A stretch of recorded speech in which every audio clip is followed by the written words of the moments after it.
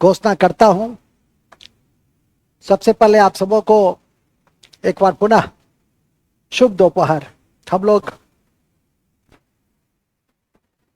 Current और miscellaneous की कक्षा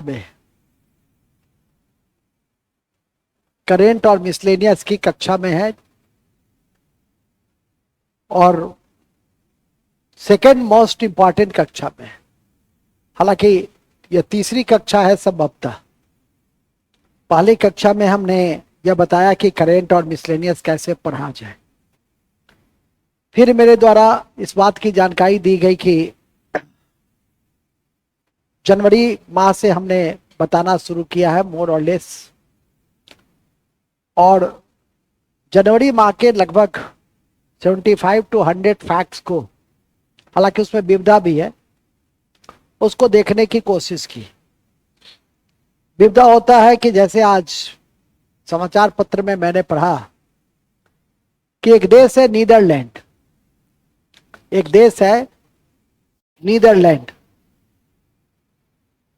नीदरलैंड जो पहले हॉलैंड के नाम से भी जानते थे, इसको डच भी कहते थे। ये जो नीदरलैंड है, यहां इसने एक ऐप तैयार किया है, उसका नाम है ब्लैक होल ऐप। उस ऐप का क्या नाम है? Black hole app. और ये बड़ा इंपॉर्टेंट है, पूछेगा आपसे ये ब्लैक होल क्या है। असीमित गुरुत्वाकर्षण वाले जो क्षेत्र होते हैं, गुरुत्वाकर्षण वाले क्षेत्र को हम असीमित गुरुत्वाकर्षण वाले क्षेत्र को हम, ठीक है, किस नाम से जानते हैं? ब्लैक होल के नाम से जानते हैं। ये नीदरलैंड ने तैयार किया, तो ये करेंट हुआ। लेकिन ये नीदरलैंड की जो राजधानी है वो है एम्स्टर्डम।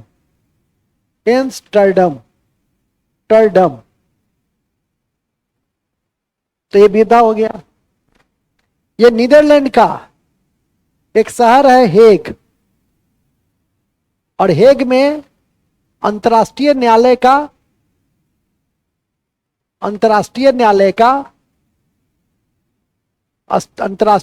का क्या हेडक्वार्टर है।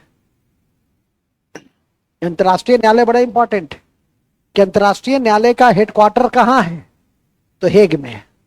हेग कहां है? नीदरलैंड में है। और इस अंतर्राष्ट्रीय न्यायालय के विषय में 3 बातें आपको जानना चाहिए जो परीक्षा के दृष्टि से महत्वपूर्ण होता है, विविधा है। पहला कि इसमें कुल 15 न्यायाधीश होते हैं। कितने न्यायाधीश हैं अंतर्राष्ट्रीय न्यायालय में? कितने न्यायाधीश? और सबका जो कार्यकाल होता है वो 9 वर्षों का होता है। सामान्यतः कार्यकाल कितने वर्षों का होता है? 5 वर्ष या 6 वर्ष या 4 वर्ष या 3 वर्ष, लेकिन 9 वर्ष का कहीं नहीं देखते होंगे। तो 9 वर्ष का कार्यकाल इसी का होता है, इसके न्यायाधीश का होता है। और भारत का पहला व्यक्ति थे जो इस अंतर्राष्ट्रीय न्यायालय के मुख्य न्यायाधीश भी थे। उनका नाम था नागेंद्र सिंह। उनका क्या नाम था? नागेंद्र सिंह। ये मुख्य न्यायाधीश भी रह चुके हैं। ये ऐसे भारतीय थे जो मुख्य न्यायाधीश भी रह चुके हैं, और अभी भी एक न्यायाधीश है वहां जो भारतीय हैं।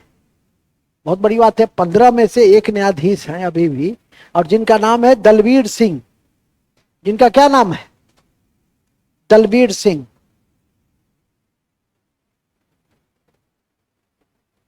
तो ये सब बातें क्या हो गई? ये हो गई विविधा। ये क्या हो गया? विविधा। और ये भी इंपॉर्टेंट है। क्या मास्टर साहब, मैं सुबह से खड़ा हूं तो कहा कोई दिक्कत है आपको? गजब हाल। अब सो रहे थे निश्चिंत, ठीक है, अभी परीक्षा का घोषणा भी नहीं हुआ है। और यहां का एक बंदरगाह जो पूरे यूरोप का सबसे बड़ा बंदरगाह है, और उसका नाम है, नीदरलैंड का एक बंदरगाह है जिसका नाम है रोटरडम। यह यूरोप का यूरोप का सबसे बड़ा बंदरगाह है, सबसे बड़ा बंदरगाह है।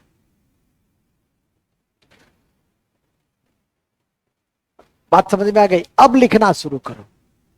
अभी बात को हम समझा रहे थे, तो लिखिए सबसे पहले, हाल ही में,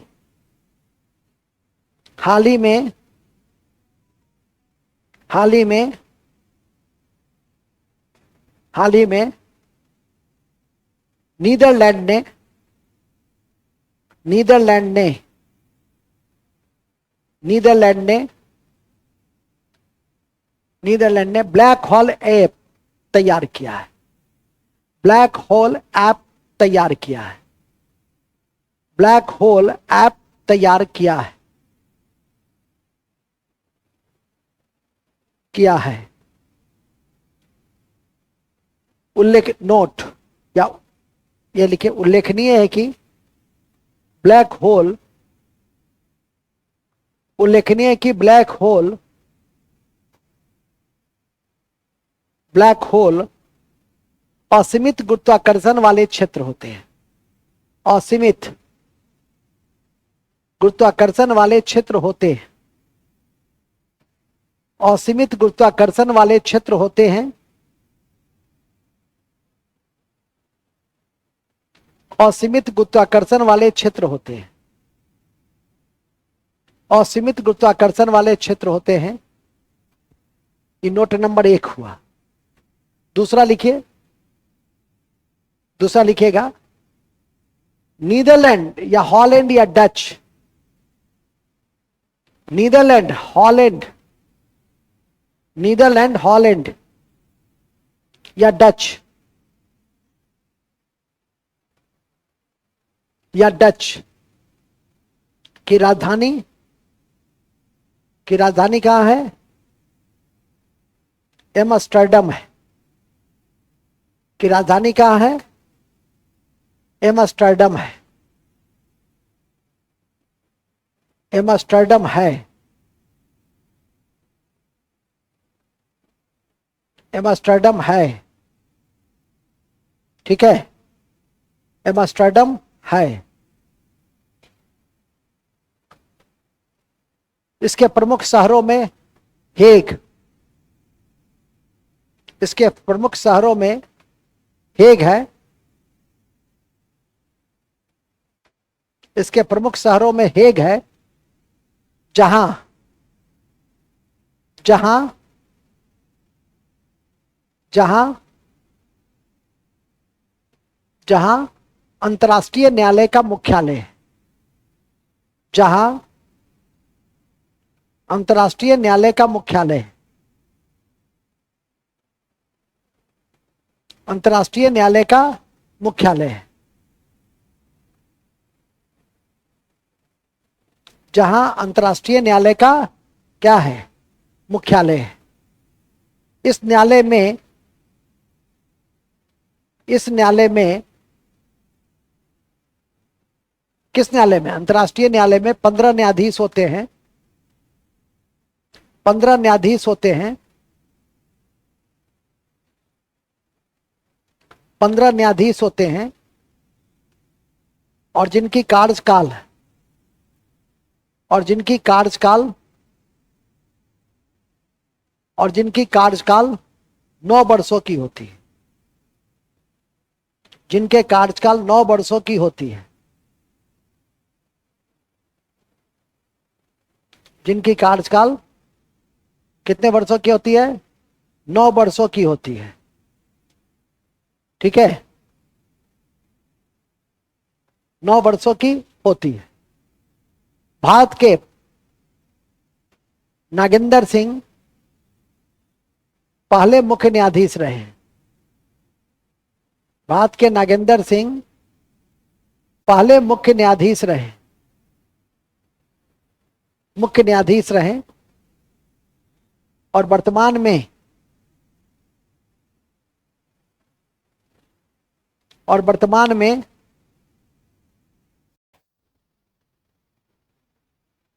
और वर्तमान में, और वर्तमान में दलवीर सिंह इसके न्यायाधीश है।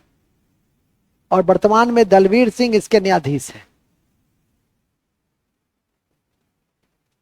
ठीक है, वर्तमान में दलवीर सिंह इसके न्यायाधीश है। किसके न्यायाधीश है? हाथ जी इसके न्यायाधीश है। कितना आसान हो गया, तथ्य भी पढ़ लिए। अच्छा, एक साइंस वगैरह में जैसे आज हम बोसोन पार्टिकल्स पढ़ा रहे थे, तो किसी जगह चर्चा चलती है, ज्योग्राफी में भी केमिस्ट्री में भी, तो ब्लैक होल अभी जैसे करंट में चल गई, तो बता भी दिए ब्लैक होल क्या है। तो ब्लैक होल एक ऐसा क्षेत्र है जो जहां असीमित गुरुत्वाकर्षण बल है, काम करता है, और इतना गहरा क्षेत्र है, गहरा अंधेरा है कि प्रकाश भी बाहर नहीं आ पाता है। इसको अध्ययन करने का एक टेलीस्कोप था जो उसके चित्र को ज्ञात किया था। उस टेलीस्कोप का नाम था हब्बल टेलीस्कोप। याद रखिएगा कि इसलिए कभी कभी छोटी छोटी परीक्षा में पूछा जाता है रेलवे वगैरह में कि हब्बल क्या है? सॉफ्टवेयर, हार्डवेयर, टेलीस्कोप नहीं, नक्षत्र, क्या मारिएगा? टेलीस्कोप है। इससे जुड़ा हुआ एक खगोल शास्त्री है, बड़ी चर्चित है, विकलांग थे। उनका नाम था, उनका कुछ ही दिन पहले, कुछ ही महीना पहले, कुछ वर्ष पहले निधन हो गया, जिनका नाम था स्टीफन हॉकिंस। स्टीफन हॉकिंस, इसलिए कभी कभी पूछा भी जाता है कि स्टीफन हॉकिंस का संबंध किससे? तो किससे है? तो इसी से, मतलब ब्रह्मांड के रहस्यों को, ब्लैक होल की गुत्थियों को सुलझाने में उनकी बड़ी भूमिका रही है। तो लिख देंगे दो बातें, हब्बल टेलीस्कोप से चर्चित, हब्बल टेलीस्कोप से, हब्बल टेलीस्कोप से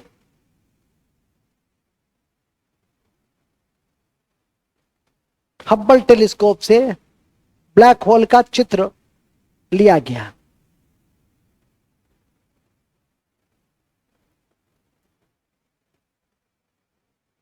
ठीक है, चलिए। प्रसिद्ध खगोल वैज्ञानिक, प्रसिद्ध खगोल वैज्ञानिक ने ब्लैक होल के विषय में यह बतलाया, सबसे पहले बतलाया प्रसिद्ध खगोल वैज्ञानिक हॉकिंग ने सबसे पहले यह बताया, हॉकिंस ने सबसे पहले यह बताया कि ब्लैक होल वास्तव में विकिरण होता है, वास्तव में विकिरण होता है, ब्लैक होल वास्तव में विकिरण होता है, विकिरण होता है, विकिरण होता है। और उसी विकिरण के कारण ब्लैक होल, और उसी विकिरण के कारण ब्लैक होल वेपराइज होकर, उसी विकिरण के कारण ब्लैक होल वेपराइज होकर, वेपराइज होकर, वेपराइज समझते हैं ना, वाष्पीकृत होकर, वेपराइज होकर समाप्त हो जाएगा, समाप्त हो जाएगा। हाँ जी, ठीक है, याद रखिएगा, किसी भी स्थिति में आप भूलेंगे नहीं कि स्टीफन हॉकिंस ने ब्लैक होल के सिद्धांत को सुलझाने के साथ साथ ब्रह्मांड की उत्पत्ति से संबंधित एक सिद्धांत दिया जिसका नाम था बिग बैंग सिद्धांत। और स्टीफन हॉकिंस जिस बीमारी से ग्रस्त थे उसको बायोलॉजी में मैं चर्चा के दौरान बताता हूं, संजोग से आज हम करंट में बता दे रहे हैं। उस बीमारी का नाम था मोटर न्यूरॉन। उस बीमारी का क्या नाम था? जो हमेशा ऐसे रहता था। स्टीफन हॉकिंस का कोई भी फोटो देखिएगा तो ऐसे ही दिखाई देगा। विकलांग थे, 2 बार शादी किया था, ठीक है कि नहीं? मूल बिंदु पे आ जाए, तुम लोग 1 बार नहीं कर पाए, 2 बार किया। मूल बिंदु पे आ जाइए। 2 सिद्धांत 2 ब्याह, 3 सिद्धांत खोज देता तो 3 ब्याह कर लेता। आगे लिखो फिलहाल। हॉकिंग ने ब्रह्मांड की उत्पत्ति से संबंधित, हाँ, हॉकिंग ने ब्रह्मांड की उत्पत्ति से संबंधित, ब्रह्मांड की उत्पत्ति से संबंधित, ब्रह्मांड की उत्पत्ति से संबंधित, हॉकिंग ने ब्रह्मांड की उत्पत्ति से संबंधित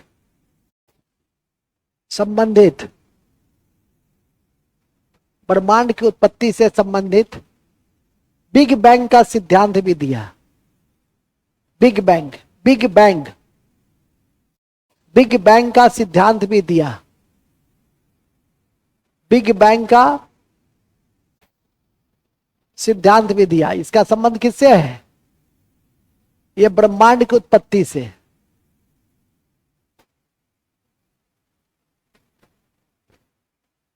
और लास्ट में लिख दो, ध्यान रहे कि हॉकिंग मोटर न्यूरॉन बीमारी से ग्रस्त है। ध्यान रहे कि हॉकिंग मोटर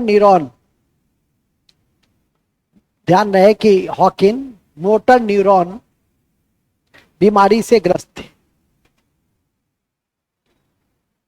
मोटर न्यूरॉन बीमारी से ग्रस्त थे।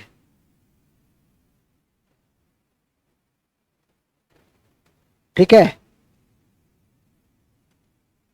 फरवरी के महीने में यह डिसाइड किया गया था कि विश्व धरोहर समिति की बैठक नई दिल्ली में होगी, जो जुलाई में संपन्न हुई। इसको कई बार आप कॉपी में भी लिखे हुए हैं, तो दोबारा लिखने की जरूरत नहीं है, लेकिन भूलिएगा नहीं कि 46वें विश्व धरोहर समिति की जो बैठक हुई, कहाँ? जुलाई में नई दिल्ली में संपन्न हुई, जिसमें मोईदम किसी भी स्थिति में नहीं भूलेंगे। कल भी मैं विश्व धरोहर सूची बता रहा था बिहार के विषय में। तो बिहार में 2 स्थल है जो विश्व धरोहर सूची में है। एक महाबोधि, कब? 2002 में। और दूसरा नालंदा विश्वविद्यालय, कब? 2016 में। तो इसको हर संभव स्थिति में याद करके रखना है। आगे बढ़िए, नेक्स्ट लिखेंगे उसको ऐसे लिख लीजिए, मतलब उसको नहीं लिखना है, आगे लिखेंगे। अति महत्वपूर्ण है कि अब नेक्स्ट में लिख देंगे, वो तो चर्चा हो ही गई है, लिखवा ही दिए हैं। डेनमार्क में फ्रेडरिक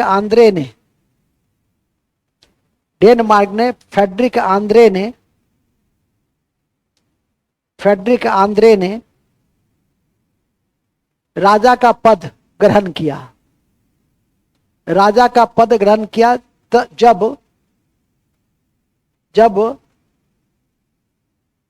जब डेनमार्क की रानी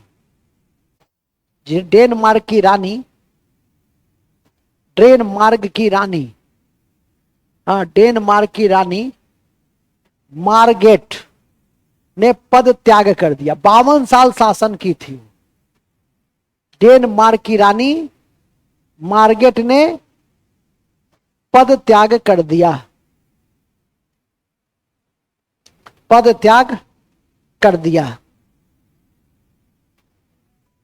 तो उसने क्या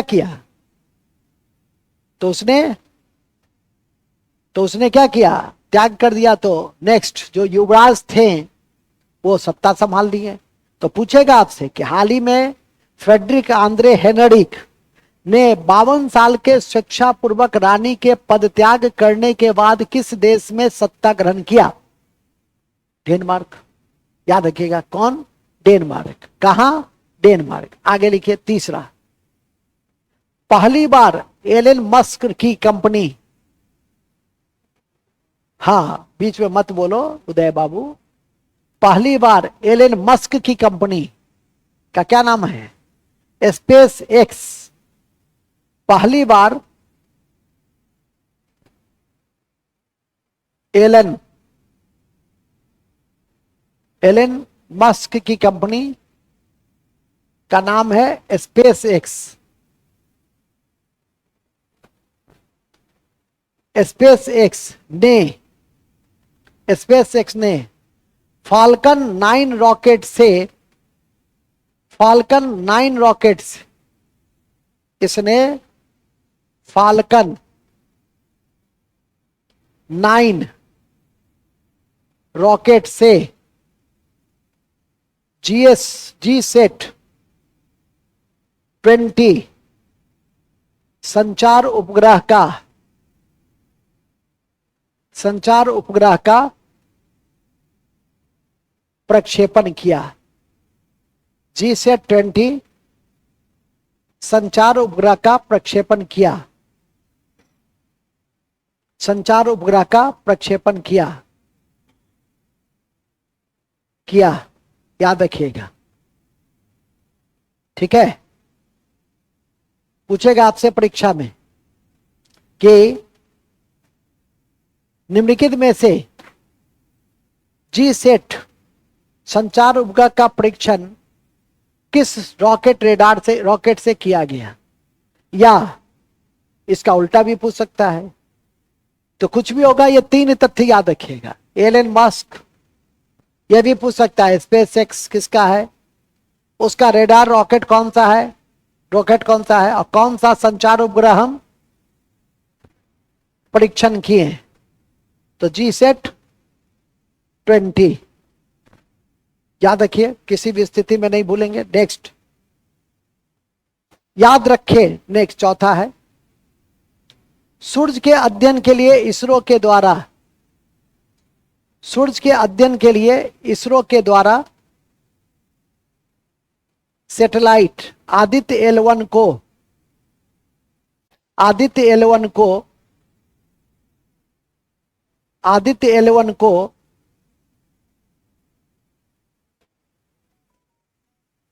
6 जनवरी 2024 को, 6 जनवरी, एकदम डेट याद रखना, 6 जनवरी 2024 को L1 हुआ Lagrange point, L1 Lagrange point पे पहुंचाया, लैग्रेंज पॉइंट पे पहुंचाया, भूलेंगे नहीं। आदित्य का प्रक्षेपण, भूलेंगे नहीं, आदित्य का प्रक्षेपण इसरो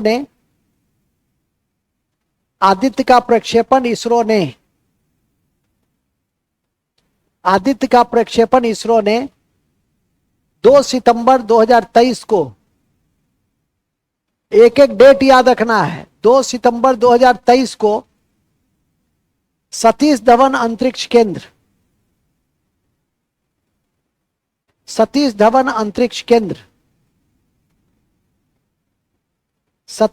अंतरिक्ष केंद्र से किया गया। ठीक है, अंडरलाइन कर देंगे दोनों तिथि को, 6 जनवरी को भी अंडरलाइन कर दीजिए और 2 तारीख को भी अंडरलाइन कर दीजिए। आदित्य L1 कौन सा उपग्रह है, कहां के अध्ययन के लिए भेजा गया था, सूर्य के अध्ययन के लिए। तो सूर्य के अध्ययन के लिए आदित्य L1, इस चौथे तथ्य को भी याद रखिएगा, आदित्य L1 ये कितने तारीख को भेजा गया था, 2 सितंबर। प्रक्षेपित कहां से प्रक्षेपित, सतीश धवन से, सतीश धवन अंतरिक्ष केंद्र से इसरो ने किया। L1 पॉइंट पे कब पहुंचा, लैग्रेंज पॉइंट पे कब पहुंचा, कितने तारीख को, 6 जनवरी को, 6/1/2024 को पहुंचा। एकदम तारीख रहना चाहिए ध्यान, नहीं तो परीक्षा तक जाते आते गैप कर दीजिएगा 5 माह। अति महत्वपूर्ण है कि golden globe award, golden globe award 2024, golden globe award 2024 सर्वश्रेष्ठ फिल्म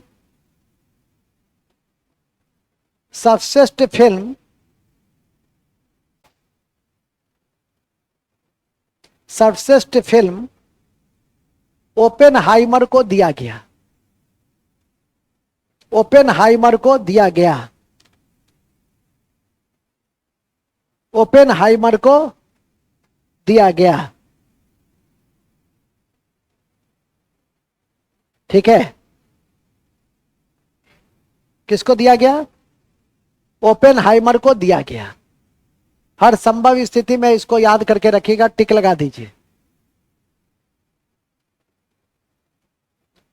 हाल ही में तेंजिंग नॉर्गे एडवेंचर पुरस्कार 2024। तेंजिंग नॉर्गे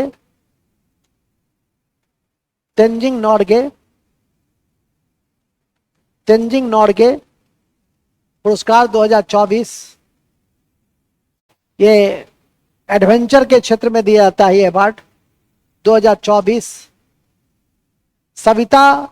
सविता कंसवाल को दिया गया। सविता कंसवाल को दिया गया। सविता कंसवाल को दिया गया। याद रखिएगा कि ये 16 दिन में एवरेस्ट और मकालू पर्वत पर यात्रा करने, चढ़ाई करने वाली पहली भारतीय महिला है। ये सविता कंसवाल जो है 16 दिनों में ही एवरेस्ट सबसे ऊंची चोटी, अब मकालू पर्वत, लेकिन चर्चा में तब आई जब इसकी मृत्यु हो गई इसी दौरान। ठीक है कि नहीं?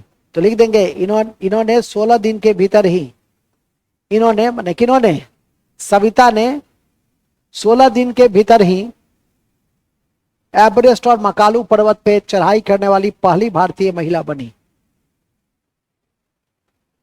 पहली भारतीय महिला बनी। ठीक है, पहली भारतीय महिला बनी।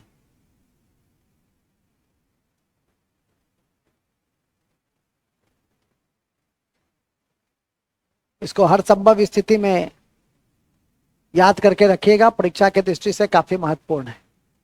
नेक्स्ट,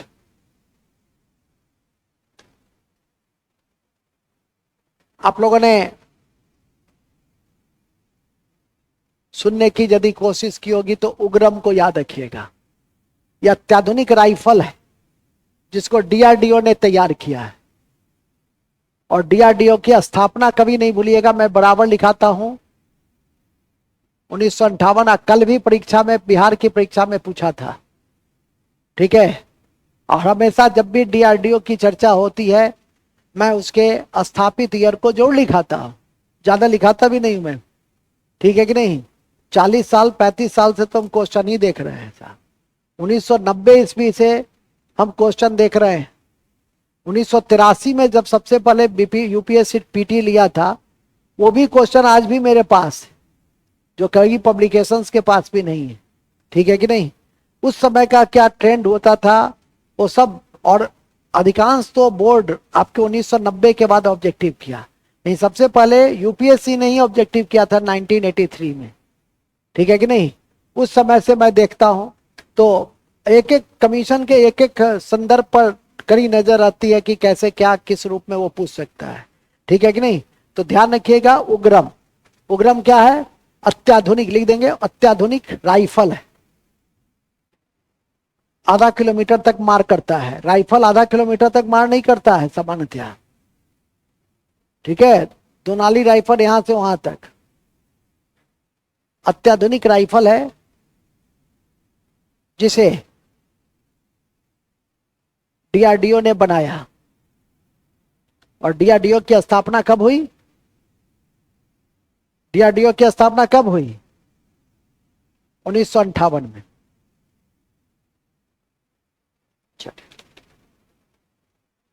ओके, नेक्स्ट,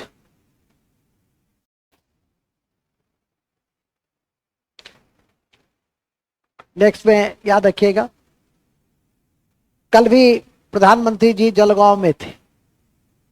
लखपति दीदी योजना के विषय में बता रहे थे। 11 लाख महिलाएं, 3 करोड़ को लखपति बनाना है एसएचजी के माध्यम से। यह काफी इंपॉर्टेंट है, भारतीय राष्ट्रीय आजीविका मिशन का भाग है लखपति दीदी। और इसी कड़ी में महाराष्ट्र से वो जोधपुर गए थे। और जोधपुर में 75 वर्ष उच्च न्यायालय का हुआ है, राजस्थान उच्च न्यायालय का, उसी में वो भाग लेने पहुंचे थे।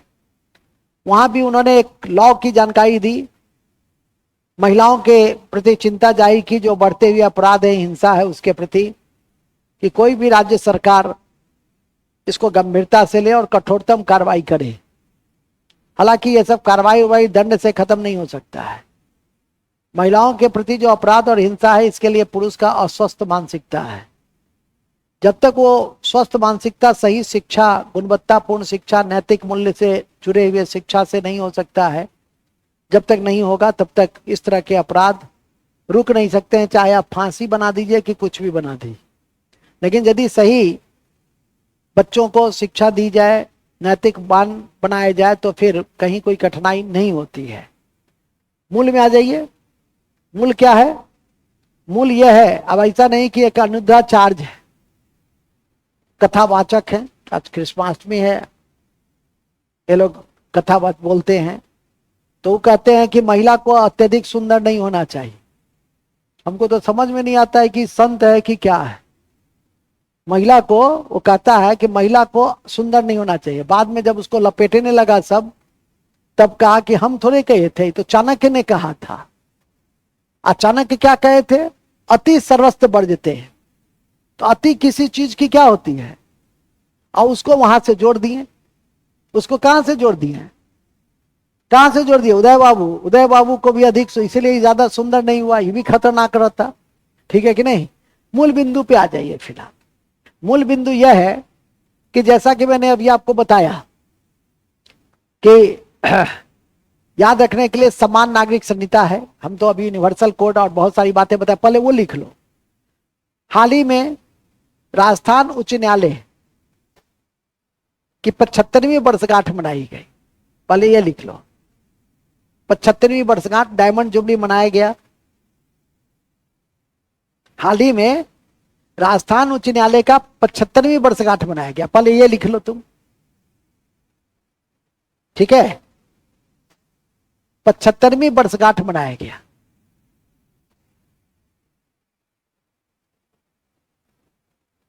जोधपुर का राजस्थान उच्च न्यायालय कहां? उच्च न्यायालय का कितनी वर्षगांठ हो गई? 75वीं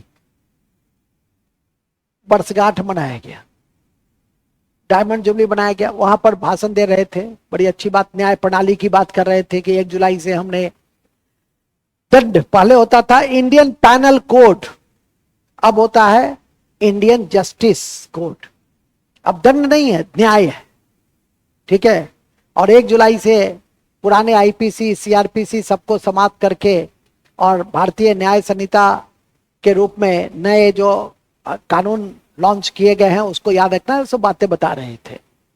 इसी कड़ी में आपको ध्यान रखना है कि 75वीं वर्षगांठ, और यह भी याद रखना है कि पहली बार 3 जगह इंडियन हाई कोर्ट एक्ट 1861, और इसी कड़ी में 1865 में 3 हाई कोर्ट की स्थापना हुई थी। पहला कलकत्ता, चेन्नई, अब मुंबई। यह भी ध्यान रखेंगे, नोट में लिख देंगे। 1861 के इंडियन हाई कोर्ट एक्ट के द्वारा 1865 में कलकत्ता, मद्रास, बॉम्बे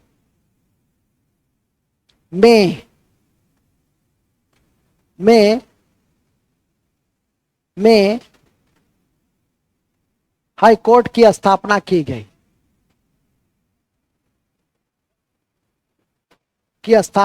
गई,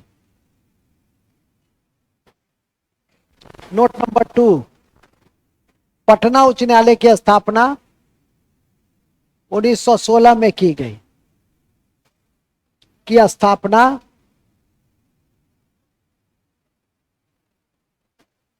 1916 में की गई। पटना उच्च न्यायालय की स्थापना कब की गई? 1916 में की गई। ठीक है, की स्थापना कब की गई? 1916 में की गई। अब आइए नेक्स्ट। हाल ही में उत्तराखंड भारत का पहला राज्य है आजादी के बाद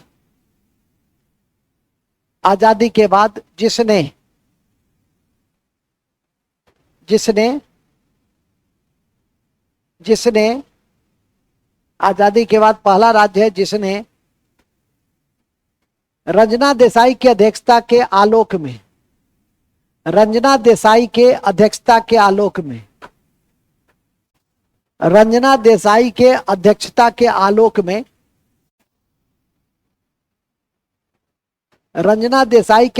के आलोक में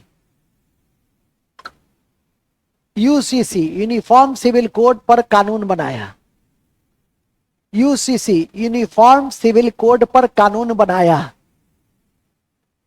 यूसीसी रंजना देसाई की अध्यक्षता के आलोक में यूसीसी पर कानून बनाया। यूनिफॉर्म सिविल कोड, समान नागरिक संहिता पर कानून बनाया। किसके अध्यक्षता में? और इस कानून में से अनुसूचित जनजाति को अलग रखा। लिखेंगे, इस कानून में से अनुसूचित जनजाति को अलग रखा।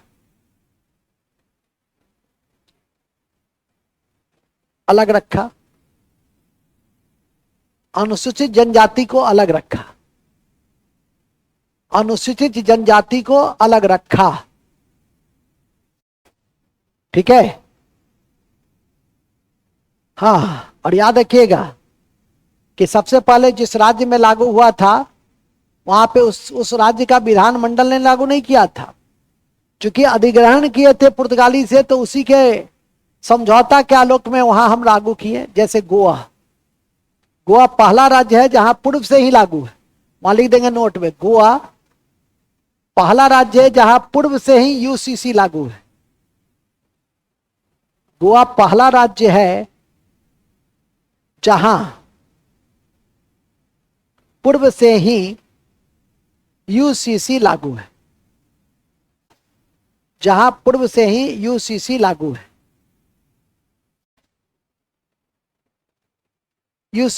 है। नोट, यूसीसी की व्याख्या संविधान के अनुच्छेद 44 में भाग 4 में नीति निर्देशक तत्व में की गई है। यूसीसी की व्याख्या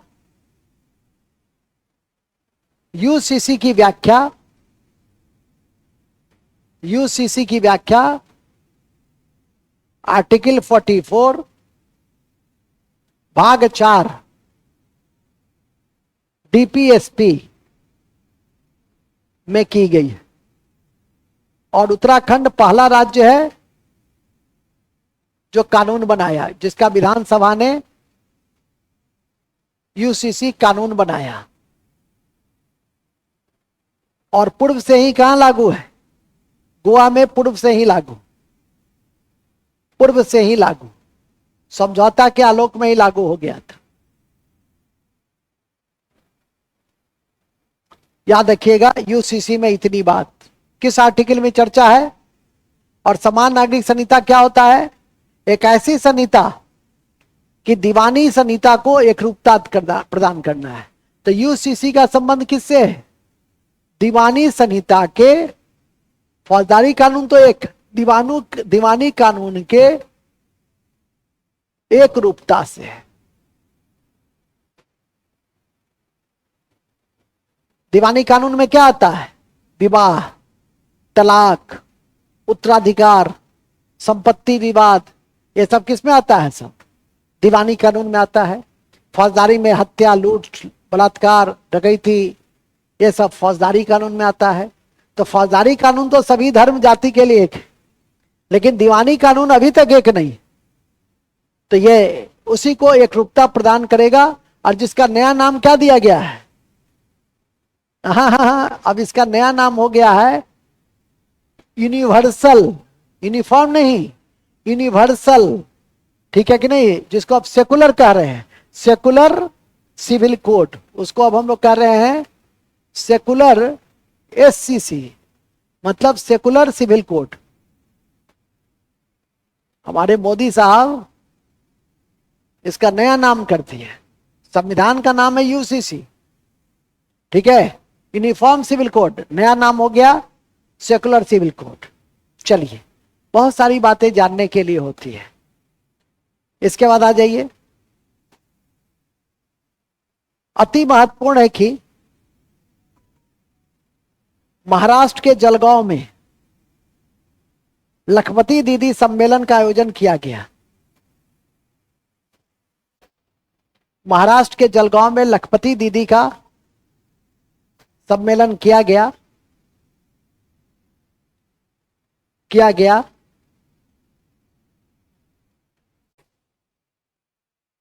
लखपति दीदी राष्ट्रीय आजीविका मिशन का भाग है।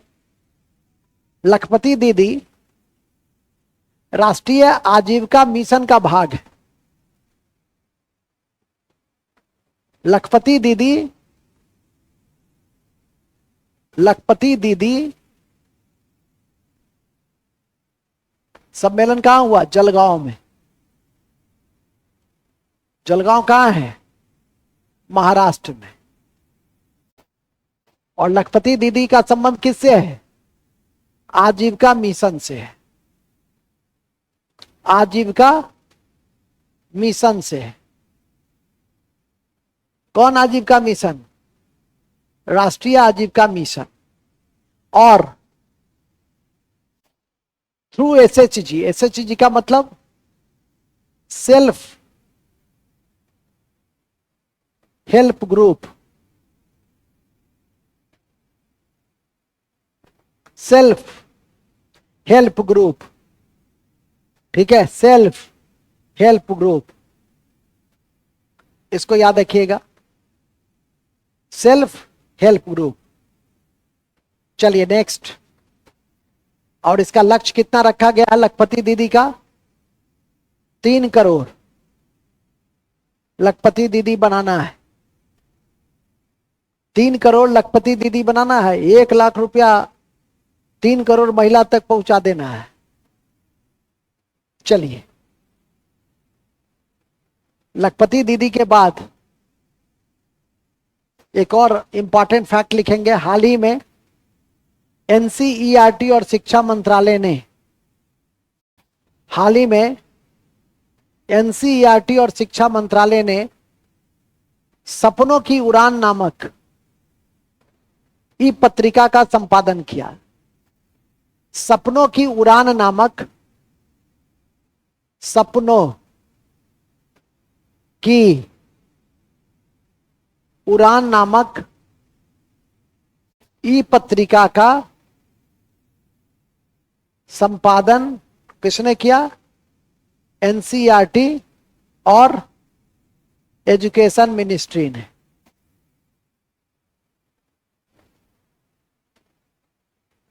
याद रखिएगा, सपनों की उड़ान नामक ई पत्रिका एनसीईआरटी और शिक्षा मंत्रालय ने शुरू किया। ओके। एक योजना है सुभद्रा योजना। उड़ीसा में शुरू हुआ है, याद रखिएगा। उड़ीसा के मुख्यमंत्री कौन है? मोहन मांझी। उड़ीसा के मुख्यमंत्री कौन है? मोहन मांझी। उड़ीसा के मुख्यमंत्री कौन है? मोहन मांझी। मोहन मांझी। चलिए नेक्स्ट। भारत का पहला रीयूज हाइब्रिड रॉकेट, भारत का पहला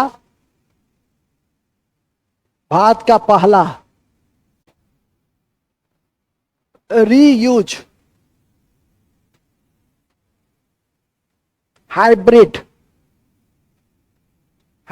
रॉकेट इसको याद रखिएगा। भारत का पहला रीयूज, मतलब उसको हम फिर से यूज में ला सकते हैं, हाइब्रिड रॉकेट का नाम है रूमी 1, चेन्नई में हुआ है। रूमी, मी 1, और कहां हुआ है ये परीक्षण? चेन्नई। यह इंपॉर्टेंट है, ध्यान रखेंगे, पूछेगा। ठीक है, मी, मी, ओके। चलिए नेक्स्ट में है, हाल ही में नेपाल सरकार ने टिकटॉक सोशल मीडिया को पुनः लागू किया। टिकटॉक सोशल मीडिया को पुनः लागू किया, पुनः लागू किया। किसने? किसने? नेपाल सरकार ने। नेपाल सरकार ने।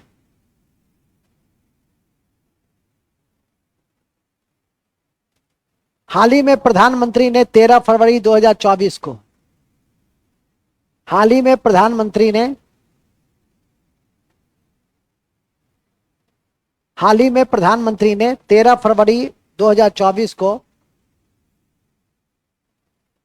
पीएम सूर्य घर योजना के तहत,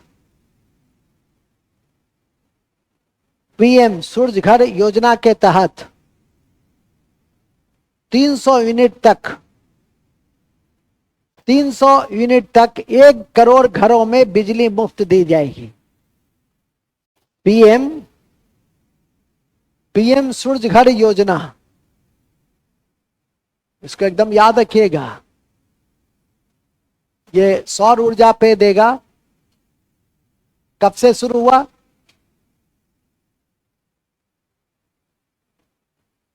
और 300 यूनिट बिजली फ्री, और कितना घर तक पहुंचाएगा?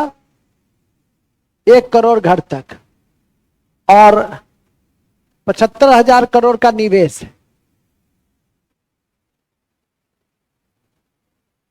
करोड़ का निवेश,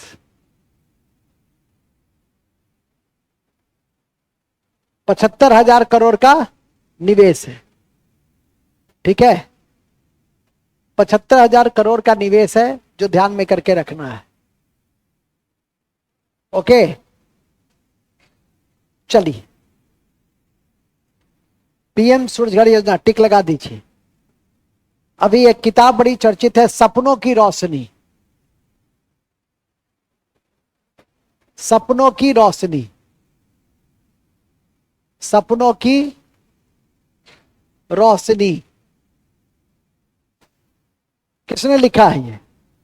ये नोबेल पुरस्कार विजेता कैलाश सत्यार्थी ने लिखा है।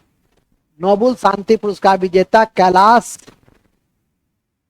कैलाश सत्यार्थी ने लिखा है। किसने लिखा है? ये कैलाश सत्यार्थी ने इस किताब को लिखा है। टिक लगा दीजिएगा। नाम है सपनों की रोशनी।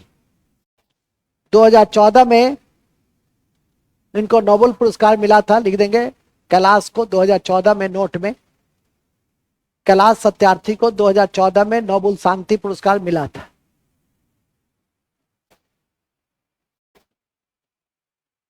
ठीक है, एक नींबू बड़ी चर्चा में रही तो 3 महीना पहले, कागजी नींबू। हम लोग क्या भी होता है हरा रंग का, खूब सुगंध रहता है, स्वास्थ्य के लिए बहुत अच्छा रहता है। उसका पानी वानी चीनी वानी का घोल मिलाकर पीने में मजा आ जाता है। ठंडा उंडा पानी हो, कागजी नींबू और चीनी मिला करके मजा आ जाता है। कागजी नींबू को जीआई टैग मिला हुआ है, और एक राज्य है जिसने उसको अपने यहाँ राजकीय फल घोषित किया, उसका नाम है आसाम। तो लिख देंगे हाल ही में आसाम ने काजी नींबू को काजी नीमू को, उसका नाम काजी नीमू है। आसाम ने, असोम ने इसको जीआई टैग दिए हुए हैं 2016 में। कागजी नींबू को राजकीय फल घोषित किया है, राजकीय फल घोषित किया है। ठीक है, चलिए एक और लिखिए। हाल ही में, हाल ही में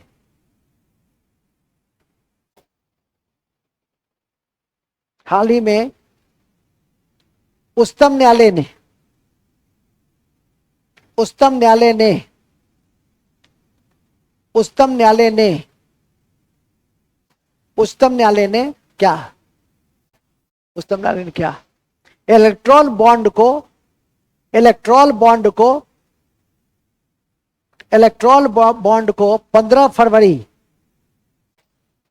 इलेक्ट्रॉन बॉन्ड को 15 फरवरी 2024 को 2024 को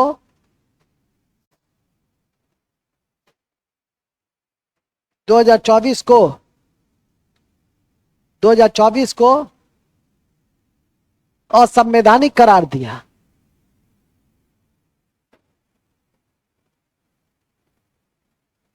ठीक है, असंवैधानिक करा दिया। क्यों? क्योंकि आपको किसी राजनीतिक दल के साथ सांठगांठ हो गया कि हम तुमको 1 करोड़ देंगे, तुम हमको राज्यसभा में भेज देना। अब कैसे लेगा डायरेक्ट? तो इलेक्ट्रॉल बॉन्ड के माध्यम से, मतलब एसबीआई बेचता था और 1 करोड़ रुपया एसबीआई को दिया गया। अपनी पहचान नहीं बताना है उसमें, और संबंधित राजनीतिक दल को हम चंदा दे देते थे। ठीक है कि नहीं? जिससे राजनीतिक भ्रष्टाचार भी पनपता था। नया नया तरीका है। तो ये किस, इलेक्ट्रॉल बॉन्ड किस बैंक से जुड़ा हुआ था? एसबीआई से। वो भी लिख देना, यह बॉन्ड एसबीआई से जुड़ा हुआ है, एसबीआई से जुड़ा हुआ है। ठीक है,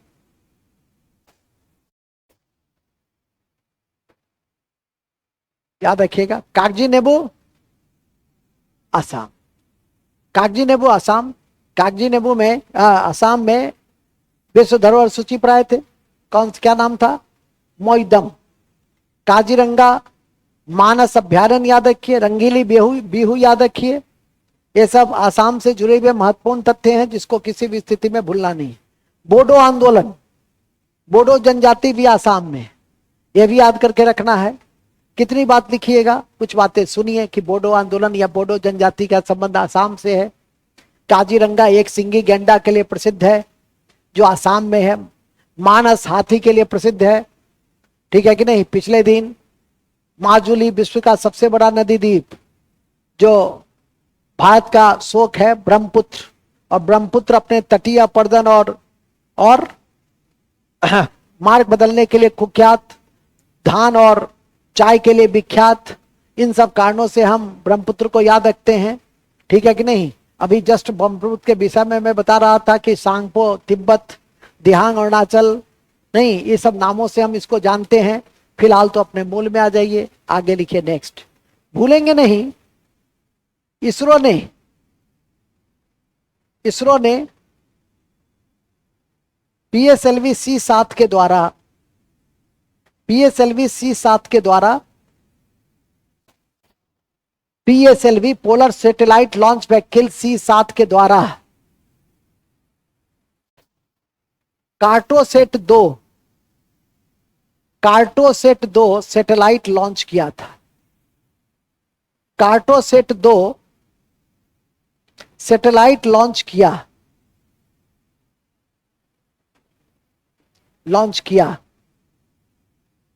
जी। और अंतिम कड़ी में आज हम लोग चलते हैं। वायु शक्ति 2024, वायु शक्ति 2024 वायुसेना के द्वारा राजस्थान के जैसलमेर में, वायुसेना के द्वारा राजस्थान के जैसलमेर में, राजस्थान के जैसलमेर में, राजस्थान के जैसलमेर में, राजस्थान के जैसलमेर में सैन्य अभ्यास, सैन्य अभ्यास पूछेगा। वायु शक्ति अभ्यास कहां किया गया? राजस्थान के जैसलमेर में। एक और लिख दो, नौसेना के द्वारा मिलन, मिलन सैन्य अभ्यास, मिलन सैन्य अभ्यास, मिलन सैन्य अभ्यास, मिलन सैन्य अभ्यास विशाखापट्टनम में किया गया।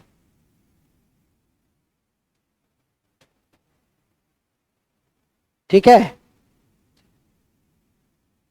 नेक्स्ट, हाल ही में 2024 58वां ज्ञानपीठ साहित्य, हाल ही में 2024 58वां ज्ञानपीठ साहित्य, मतलब ज्ञानपीठ किस क्षेत्र में दिया जाता है? साहित्य के क्षेत्र में।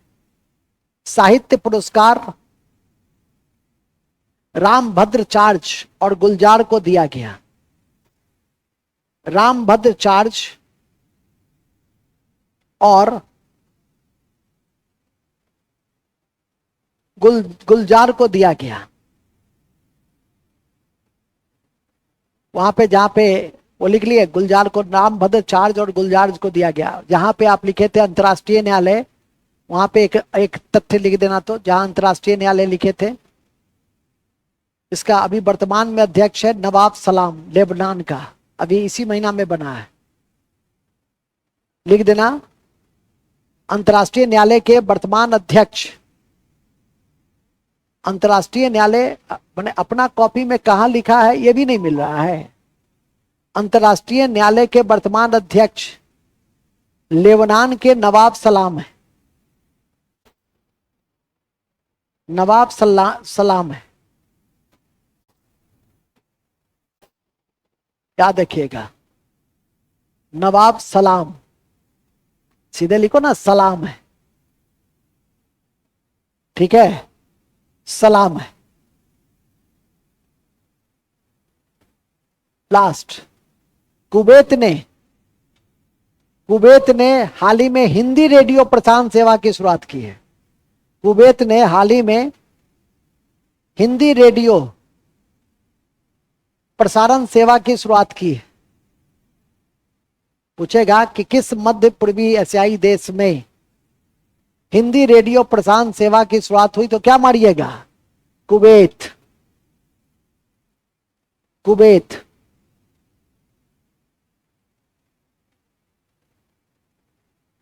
नेक्स्ट, शशि थरूर, शशि थरूर को फ्रांस का सर्वोच्च नागरिक सम्मान, शशि थरूर को फ्रांस का सर्वोच्च नागरिक सम्मान हाल ही में दिया गया, दिया गया। फ्रांस का सर्वोच्च नागरिक सम्मान हाल ही में दिया गया। किसको? शशि थरूर को। शशि थरूर को, शशि थरूर को कहां का सम्मान दिया गया? फ्रांस का सर्वोच्च नागरिक सम्मान। अब फ्रांस की राजधानी है पेरिस। फ्रांस का पीएम भी इंपॉर्टेंट है, गैब्रियल, गैब्रियल इसका नाम है। अभी पेरिस में क्या हुआ था? ओलंपिक। तो लिख देंगे पेरिस में, पेरिस में 33वां ग्रीष्मकालीन ओलंपिक हुए थे, ग्रीष्मकालीन ओलंपिक हुए थे। ग्रीष्मकालीन ओलंपिक हुए थे 26 जुलाई से 11 अगस्त तक। कब से कब तक हुआ था? 26 जुलाई से 11 अगस्त तक। भारत का स्थान 71 है। भारत का स्थान 71 है। ठीक है, भारत का स्थान 71 है। कितना मेडल जीता? 1+5, 1 रजत 5 कांस्य, लिख देंगे 1 रजत और 5 कांस्य पदक भारत ने जीता। ठीक है, जीता। उद्घाटन में ध्वजवाहक पीटी उषा और उद्घाटन में ध्वजवाहक पीवी सिंधु और शरद कमल थे। उद्घाटन समारोह में ध्वजवाहक पीवी सिंधु और शरद कमल थे जबकि समापन में मनु भाकर और श्री जयस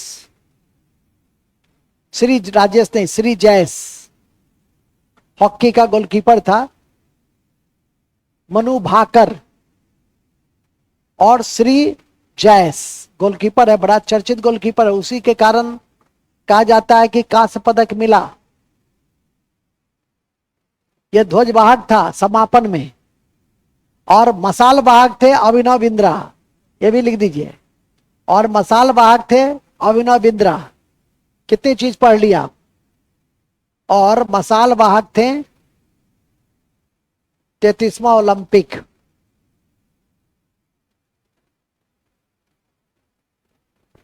पढ़ लिए। उद्घाटन में ध्वजवाहक कौन थे? पीवी सिंधु और शरद कमल। समापन में श्री जयस और मनु भाकर। और मसाल ध्वज लेकर कौन थे? अभिनव बिंद्रा।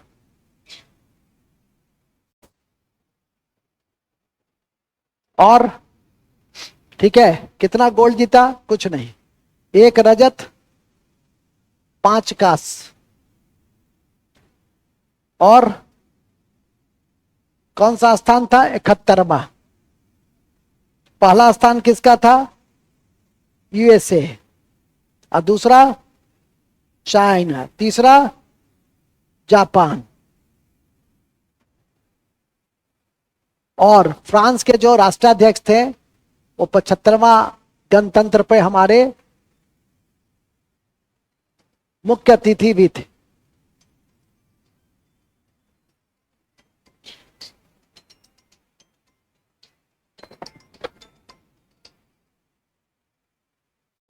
हेलो, राम राम।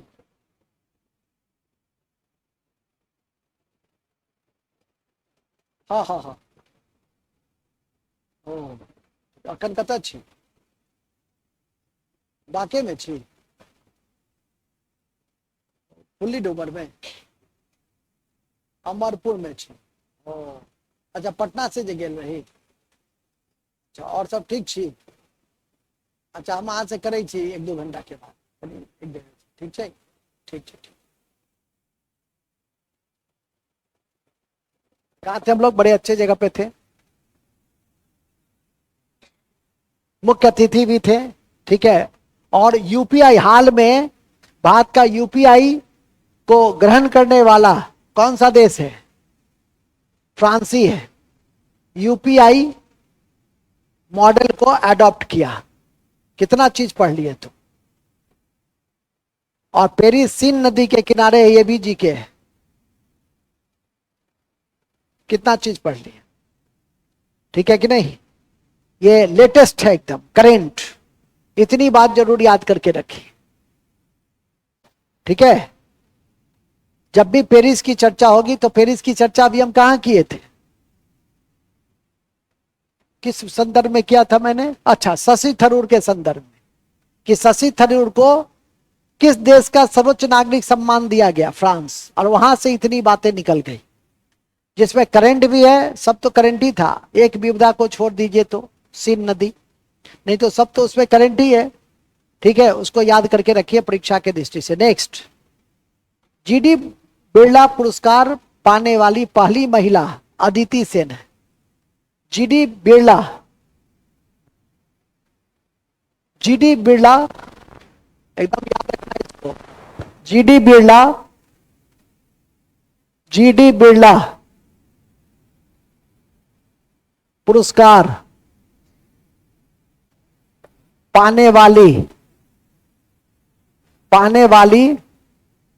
पहली महिला, पहली महिला कौन है? अदिति सेन, अदिति सेन।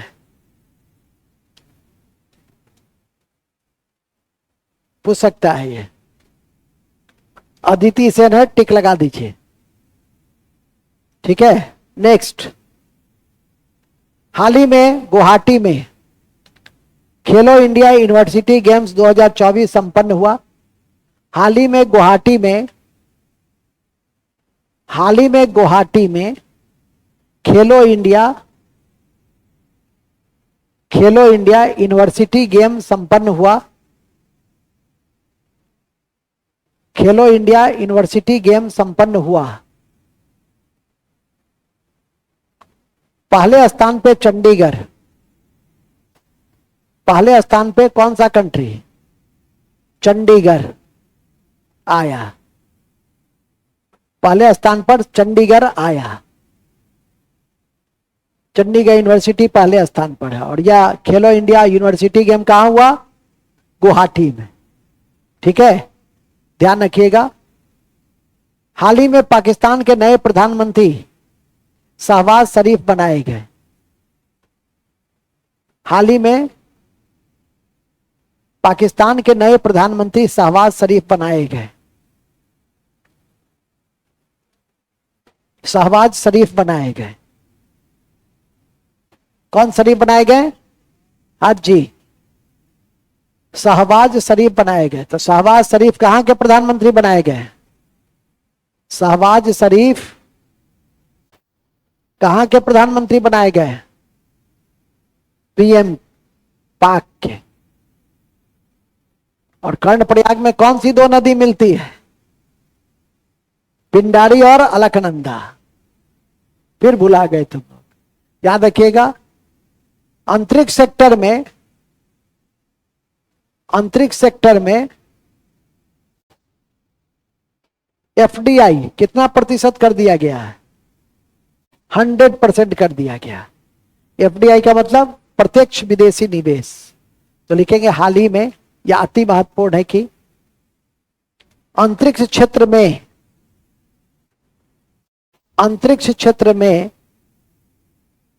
एफडीआई, अंतरिक्ष क्षेत्र में एफडीआई 100% कर दिया गया है। एफडीआई 100% कर दिया गया है, भूलिएगा नहीं। ठीक है, नेक्स्ट, साइबर क्राइम रिपोर्ट के आधार पर भारत का स्थान, साइबर क्राइम रिपोर्ट के आधार पर भारत का स्थान 10वां है। 10वां है। ठीक है,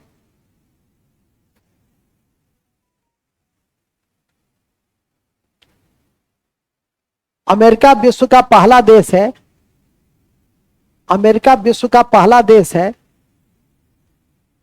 जो चांद पर कमर्शियल अंतरिक्ष यान भेजेगा। अमेरिका विश्व का पहला देश है जो चांद पर कमर्शियल अभियान भेजेगा, कमर्शियल अभियान भेजेगा।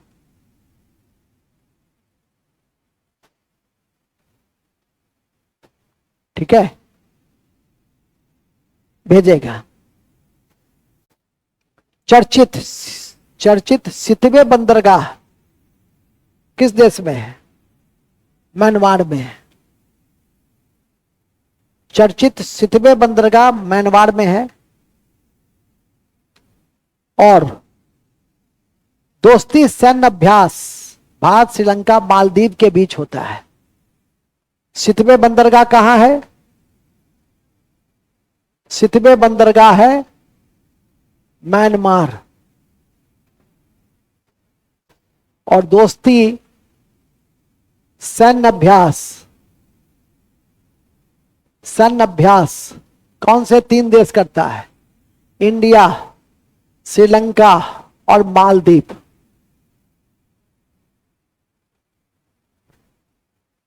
ये दोनों याद रखिएगा, सितवे और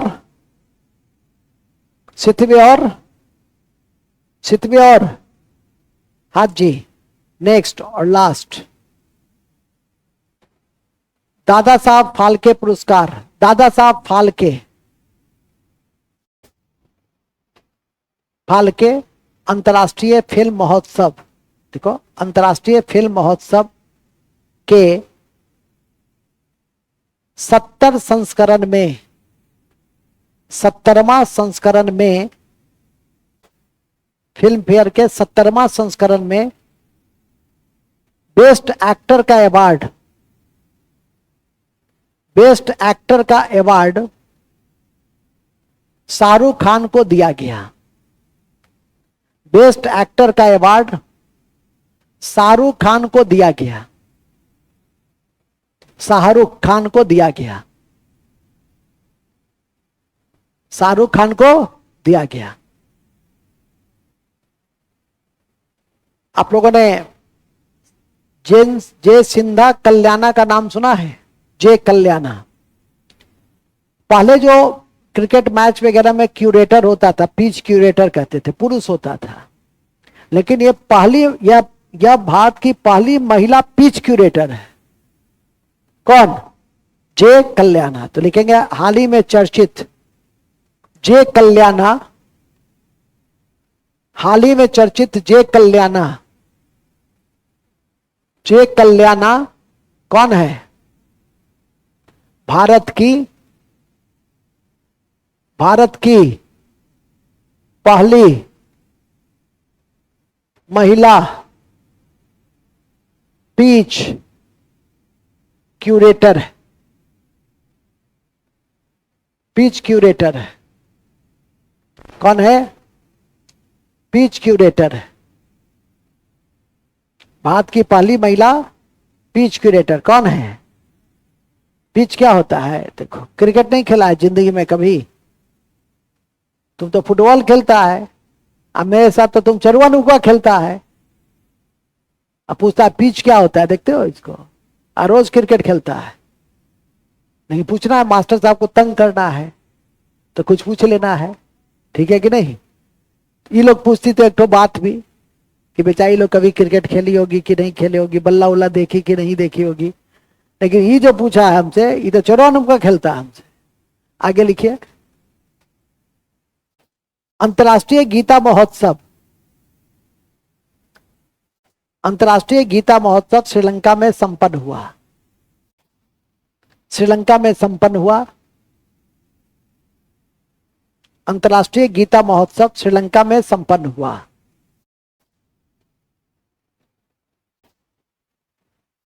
श्रीलंका में संपन्न हुआ। और श्रीलंका के साथ भारत ने हाल ही में, और श्रीलंका के साथ भारत हाल ही में क्या किया है? मित्र शक्ति अभ्यास किया है। और श्रीलंका के साथ भारत हाल ही में मित्र शक्ति अभ्यास किया है। बस, तो श्रीलंका के साथ, श्रीलंका अंतर्राष्ट्रीय गीता महोत्सव कहां हुआ है? अंतर्राष्ट्रीय गीता महोत्सव कहां? श्रीलंका में। और उसके साथ भारत मिलकर कौन सा सैन्य अभ्यास किया है? मित्र शक्ति। ये आपकी परीक्षा के लिए इंपॉर्टेंट पार्ट है, ठीक है? तो ध्यान रखिएगा। ओके, इतनी बात पच जाए। और श्रीलंका को भारत से कौन कौन अलग करता है? पाक जल संधि और मन्नार की खाड़ी। अब मन्नार की खाड़ी और क्यों याद रखते हैं? फर्स्ट डुगोंग पढ़े थे ना, संरक्षण केंद्र बनाया गया। फर्स्ट डुगोंग संरक्षण केंद्र बनाया गया। कहां? मन्नार की खाड़ी में। एक साथ कहां है, किस राज्य में है, पूछने के लिए भी पूछ सकता है। किस राज्य में है? तमिलनाडु में। और जहां के कोरोमंडल तट पर जाड़े के दिनों में वर्षा होती है। और वर्षा किस कारण से होती है? नॉर्थ ईस्ट मानसून के कारण। ठीक है, इतनी बात पचा लो। चक्रवात सबसे ज्यादा तमिलनाडु में ही आता है। चक्रवात सबसे अधिक कहां आता है? चक्रवात सबसे अधिक तमिलनाडु के तट पर ही आता है। ठीक है कि नहीं? तो इतनी बात आप यदि पचा लेते हैं तो मैं समझता हूं कि आज के लिए करंट और विविधा दोनों को हमने देखा है एक साथ। जय हिंद, जय भारत। जितनी बात किए हैं उतनी बातों को धीरे धीरे करके पचाते चलिए, पढ़ते चलिए। ठीक है, मैं समझता हूं कि आपको कठिनाई नहीं होगी। बहुत बहुत धन्यवाद। अभी आपको एक कक्षा फिर भविष्य में हम देंगे करंट से जुड़ा हुआ, जो फरवरी माह अभी मेरा चल रहा है। जनवरी, फरवरी, एक एक करके हम कर रहे हैं।